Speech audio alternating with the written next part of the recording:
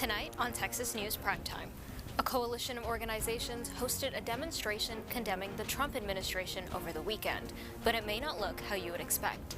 Our reporters bring you more from Saturday's demonstration. Texas lawmakers advanced a bill to fund dementia research. More on the potential effects of this bill from UT Austin researchers. Tomorrow is Earth Day, a look into how students and faculty are fighting to preserve UT's Waller Creek. The 30th annual Austin Reggae Festival returned to Auditorium Shores this past weekend. We'll take a look at the bigger mission behind the music. A West Campus mosque hosts an annual flea market with current and former Longhorns. This is Texas News Primetime. News made for Longhorns.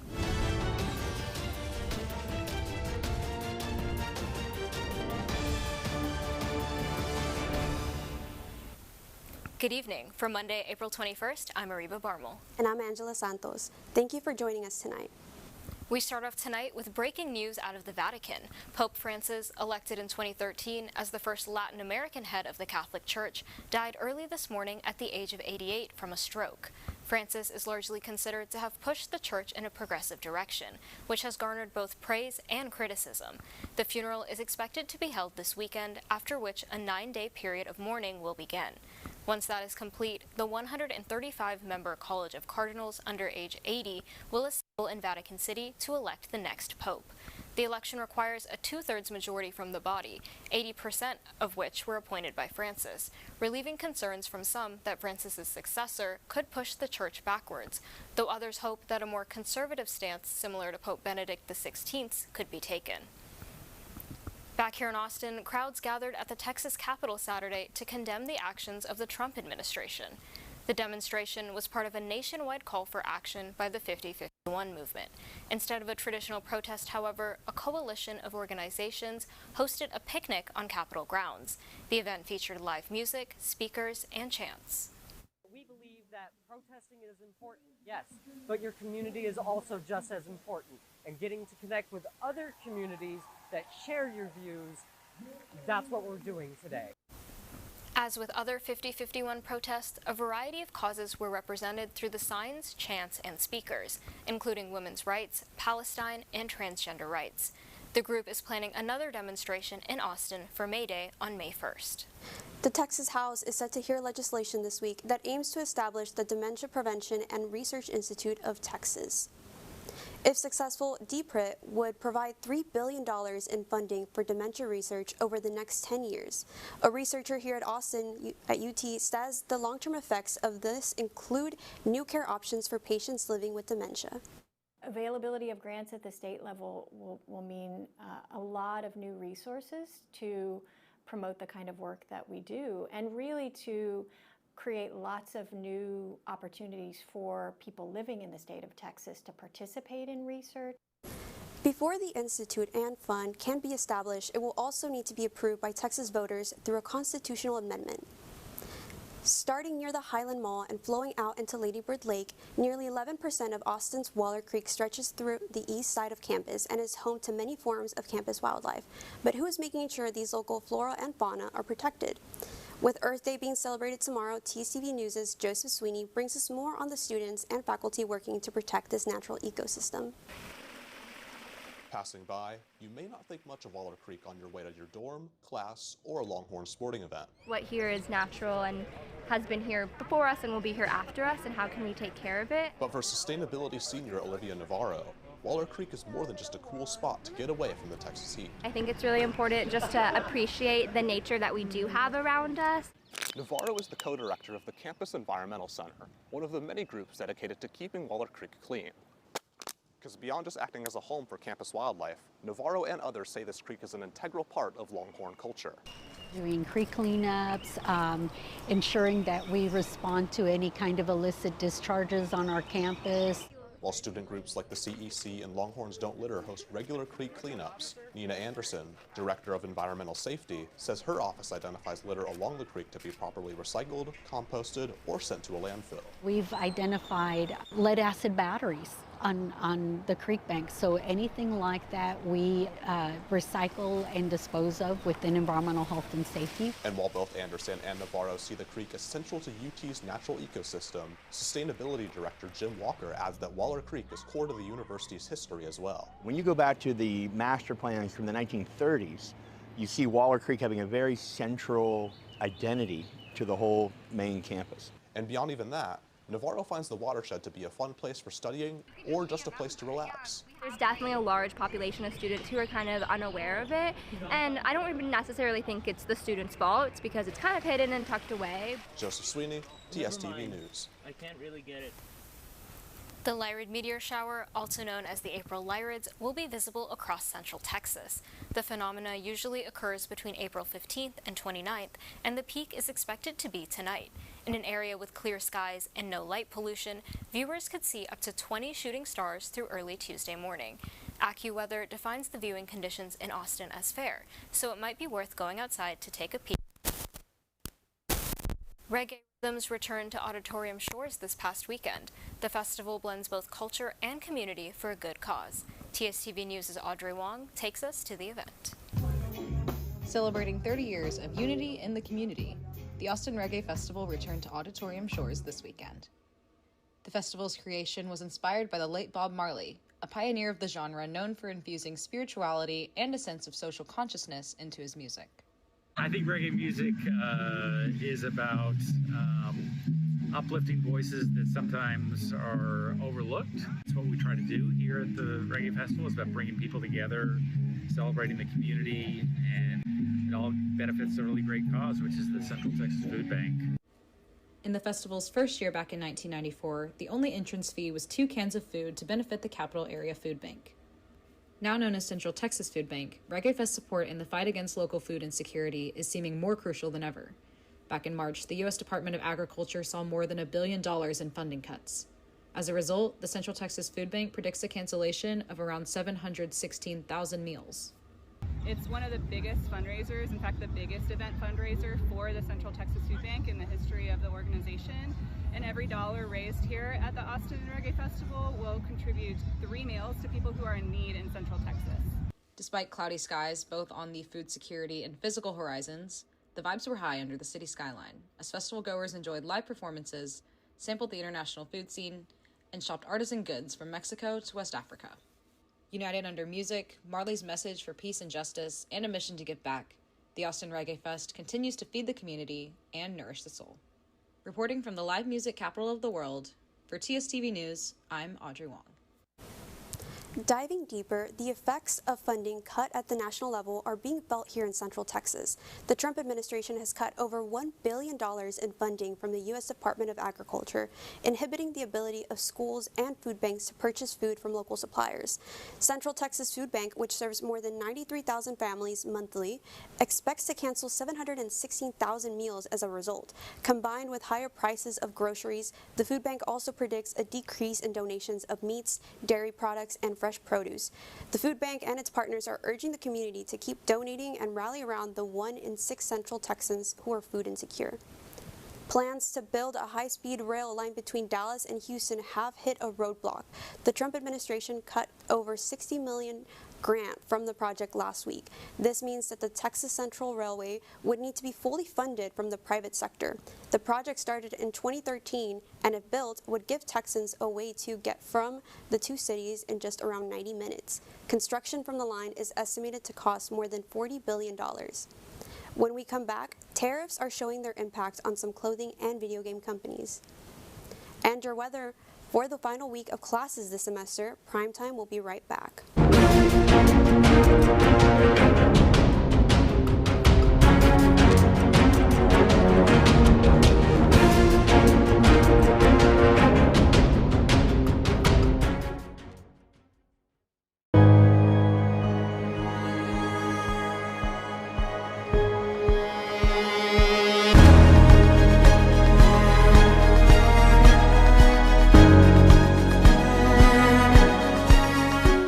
13 of the 48 club sports offered by the university now require students to submit proof of sex assigned at birth. I know deep down they would probably want to stay with the university. No way in hell anybody's going to tell my daughters what to do with their bodies. This state is one of the worst in child education. We can't take it anymore seeing those scenes. Going to Hillel on Friday night, all my family members kept texting me not to go. There's a huge housing crisis in Austin. Do you have a plan in place to address this issue? Determined to start your day well? We're up bright and early.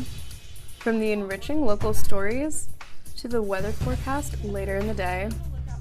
Rain or shine, at Good Morning Longhorns, we got you covered. Comprised of a studious reporting staff going lengths to get that scoop, and a talented technical team to enhance your screen visually.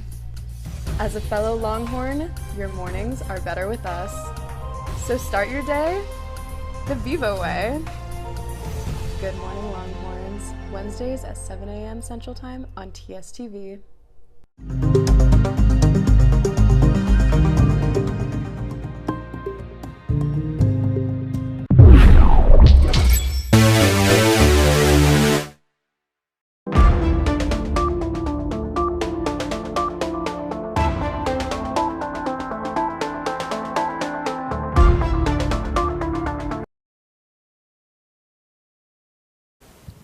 Welcome back to Primetime. Pre-orders for Nintendo Switches 2 were set to begin on April 9th, but were delayed as a result of Trump's tariffs. The company has now released a new pre-order date, April 24th. The console's price will remain unchanged, starting at around $450 for a standard version and around $500 for a bundle featuring Mario Kart World. Nintendo has announced that some accessories to the Switch, such as Joy-Cons and carrying cases, may see a change in price as a result of the changing market conditions. The Switch 2 will launch nationwide on June 5th. Shein and Temu, two companies known for the low prices of their products, announced that they will raise prices for U.S. customers as a result of Trump's 145% tariff imposed on China. The companies were previously able to evade duties on imports to the states through a tax exemption called de minimis that allowed shipments under $800 to cross borders duty-free. Beginning May 2, however, the Trump administration is putting an end to this loophole via executive order, having incurred previous criticisms for unsustainable practices of fast fashion. Shein and Temu will now be subject to all appropriate duties and tariff fees. An afternoon of thrifting, shopping, and food at the Nueces Mosque yesterday, which held its second annual fundraiser flea market. TSTV News' Elijah Carl tells us more. The Nueces Mosque held its second annual flea market yesterday. The market, meant to fundraise renovations for the almost century-old building, attracted around 600 visitors, according to event organizers. The main attraction of the market was the thrift pop-up, where donated clothes were washed and sold by the mosque. Nuha Mir, who shopped with her friend, has enjoyed the break from her studies. I just thought it was something fun to do, especially with finals coming up, something to decompress with. I mean, the stuff here is really cute, so I think I think I might cop some things, yeah. Over 10 vendor stands set up at this market, most of them run by current or former students. Their products include cookies, matcha, and even halal hot dogs. One vendor, UT student Afan Khan, sold custom Arabic and Urdu calligraphy. For Khan, it's an art he's been practicing since he was a child. Every summer I would visit Pakistan, where my family's from, and I would learn from my aunts and uncles how to read and write Urdu. Kind of wanted to use this as an opportunity to kind of showcase my talents and see what I have to offer to the community. Rayon Merchant, one of the organizers, says the point of the market isn't just to raise money. He wants the mosque to be a place that students of all backgrounds can enjoy, and events like these make that happen. It's a community event at the end of the day. Yeah, it's hosted by the mosque, but it's not just a Muslim-only thing, it's a UT thing. Elijah Carl, TSTV News.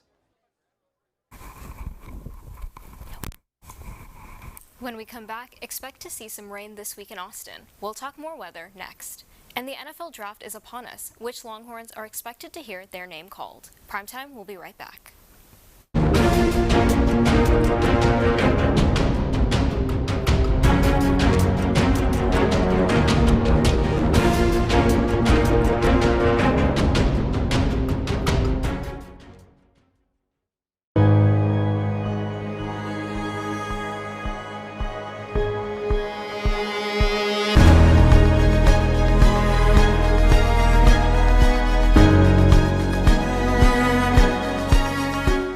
13 of the 48 club sports offered by the university now require students to submit proof of sex assigned at birth. I know deep down they would probably want to stay with the university. No way in hell anybody's going to tell my daughters what to do with their bodies. This state is one of the worst in child education. We can't take it anymore seeing those scenes. Going to Hillel on Friday night, all my family members kept texting me not to go. There's a huge housing crisis in Austin. Do you have a plan in place to address this issue?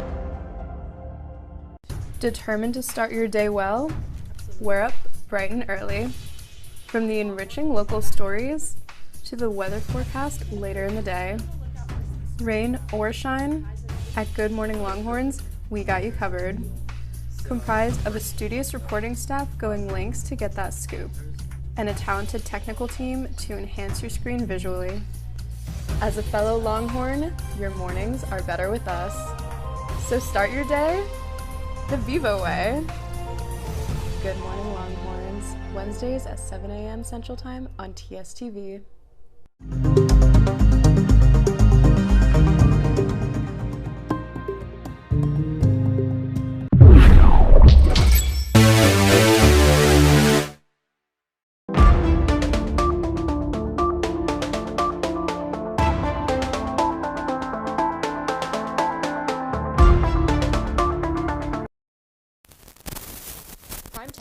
Some rainstorms are headed our way. During the week, Elijah Carl is here with all you need to know in this week's weather. How are you doing today, Elijah? Well, we're closing off today in the high 70s with otherwise sunny skies throughout the day. Temperatures tomorrow are expected to stay around the same as today with sort of a high of 86 and a low of 70. Be sure to bring an umbrella definitely tomorrow as heavy rain and thunder are expected. The UV index is going to peak at around 9.2 at 2 in the afternoon. Also, looking at our 7-day forecast, we can expect stormy weather from tomorrow to Friday with additional rain on Saturday. Wednesday will be a high of 88 with a low of 70. Thursday is a high of 82 with a low of 70. And Friday is going to be a high of 85 with a low of 70. Again, for the second time, please bring an umbrella. You're definitely going to need it. Sunday offers some relief with a forecast of mostly cloudy. So if you want to go to the lake, that's your day.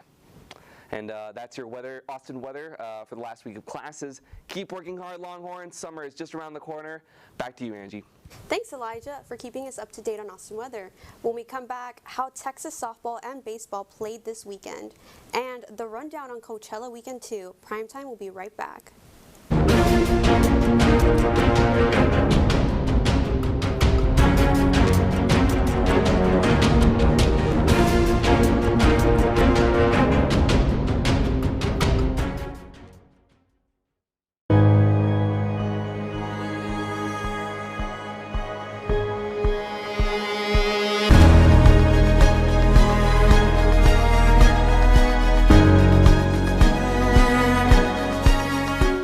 13 of the 48 club sports offered by the university now require students to submit proof of sex assigned at birth. I know deep down they would probably want to stay with the university. No way in hell anybody's going to tell my daughters what to do with their bodies. This state is one of the worst in child education. We can't take it anymore seeing those scenes. Going to Hillel on Friday night, all my family members kept texting me not to go. There's a huge housing crisis in Austin. Do you have a plan in place to address this issue? Determined to start your day well? We're up bright and early. From the enriching local stories to the weather forecast later in the day. Rain or shine, at Good Morning Longhorns, we got you covered. Comprised of a studious reporting staff going lengths to get that scoop, and a talented technical team to enhance your screen visually. As a fellow Longhorn, your mornings are better with us. So start your day the Vivo way. Good Morning Longhorns, Wednesdays at 7 a.m. Central Time on TSTV.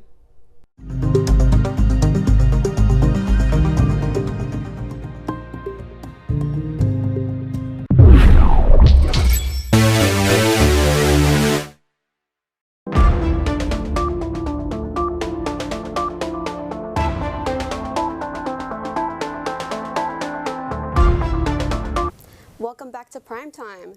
Texas sports are having a pretty successful first year in the SEC. Campbell Choate has the latest for Press Box on Primetime. How are you doing today, Campbell?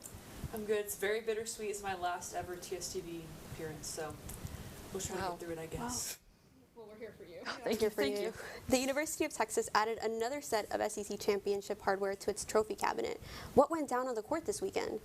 Number 4 men's tennis won their first ever SEC title at the conference tournament in Columbia, South Carolina. The Longhorns defeated number 13 and host South Carolina 4-1, sweeping the SEC regular season and tournament in their debut year. This is the second straight year Texas has won both season titles, except the last one was in the Big 12. The Longhorns improved 25-4, and freshman Timo Legout was named tournament MVP and made his way to the all-tournament team. Sebastian Gordsny also earned all-tournament honors. Up next, the Longhorns await their NCAA tournament seeding, and it's anticipated for rounds 1 and 2 to be hosted on the 40 acres, May 3rd and 4th. The selection show is at April 28th at 4:30. Another packed weekend on Wall Street. How did Texas baseball and softball do this holiday weekend? Yeah, it just keeps being a packed weekend there. Texas softball added another loss to the opposite side of the win column, but ended the weekend with a series win against the LSU Tigers. Texas would win Game 1, winning to 7-3. It took the majority of the game for the Longhorns to put runs on the board, putting up 3 in the 6th inning and 4 in the 7th. But how did Texas put up 4 in the last inning? Reese Atwood hit a walk-off grand slam to clinch the win for the Horns, marking head coach Mike White's 300th career win. Texas would lose Game 2 1-6, but return to the field Saturday with one more shot to take the series. Longhorns win 6-5 with another walk-off ending, this time by Mia Scott. The Longhorns host Oklahoma State this Wednesday at 7 and travel to Norman to play the Sooners in another SEC series. Texas is ranked number 3 and OU is number 4. And as for baseball, Texas returned to Dish Falk as the number 1 team in the country going into their conference series against Auburn. The Longhorns swept the Tigers, winning 3-2 in Game 1, 8-3 in Game 2, and a whopping 14-2 in 7 innings in Game 3. SEC Player of the Week Kimball Schuessler had a huge game and a huge weekend, but he earned his first career multi-run homer and drove in 8 runs in just 1 game. Texas earned their 6th sweep of the season, their second against a top 10 team in the last 3 weeks. The Longhorns travel to San Marcos Tuesday to play Texas State at 6, and while Texas' next opponent is unranked, it may just be the series of the season. Longhorns and Aggies have been looking forward to this series ever since Chris Del Conte met up with Jim Schlossnagle after the World Series, and hopefully this weekend will deliver. Texas begins their series against A&M the Friday at the Dish. The start of the NFL season may be months away, but what's happening this week? Yeah, the NFL draft begins this Thursday at Lambeau Field in Green Bay with their program record of 11 Longhorns looking to play professionally. O-lineman Kelvin Banks is almost a lock to be drafted in the first round, and Jahdae Barron might get taken off the board in the first round too. Isaiah Bond, Alfred Collins, Matthew Golden, Gunnar Helm, Jake Majors, Andrew McCuba, Barron Sorrell, and more are featured in this year's draft. But of course, all eyes will be on Quinn Ewers and what round he's drafted in. Thanks, Campbell, for keeping us up to date on all things sports. Before we go to break, tonight is the last episode of Texas News Primetime for the semester, which means us seniors will be walking the stage at graduation very soon. The Texas News Primetime team has a short message for us. Take a look. Hi, seniors. Hi, guys. Hey, seniors. Thank you so much for everything that you've contributed. I've really enjoyed watching you guys on the shows. You've made the show such a welcoming environment for me this year. I know our time here at UT has only overlapped for a year, but I just really appreciate everything you've done. I, as a non-journalism student, learned so much about the broadcast world thanks to y'all. Thank you for everything that you've done in your time at TSTV. There's no one that I would have wanted to do this TSTV journey with aside from y'all. Continue to follow your dreams, and I wish y'all the very best.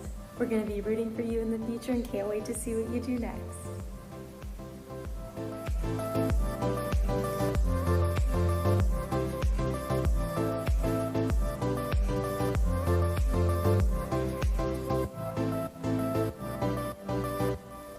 Well, I might cry, and I guess there's an extended version that you can check out on the YouTube channel to see more words of inspiration from our staff. We'll be right back.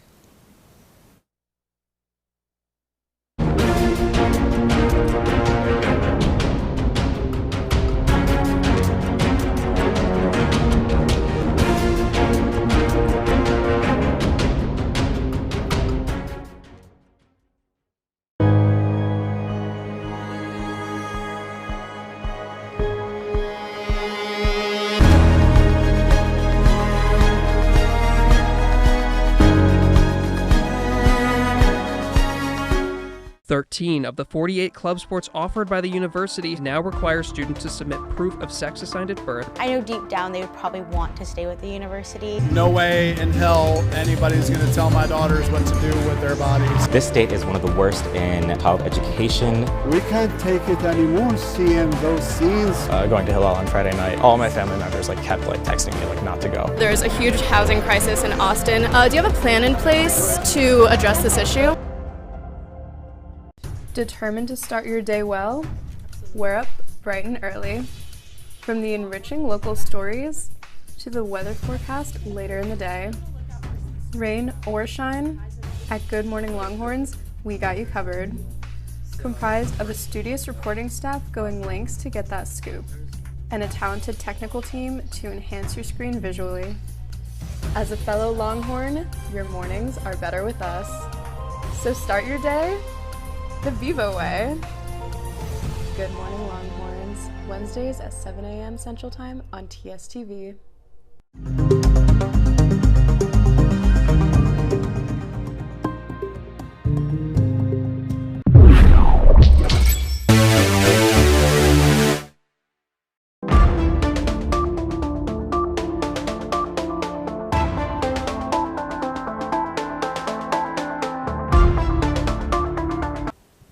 Welcome back to Primetime. Coachella wrapped up the final weekend of the festival. Justin Dude is here to talk about what you need to know in music, movies, and more. How are you doing today, Justin? I'm doing great. How are y'all?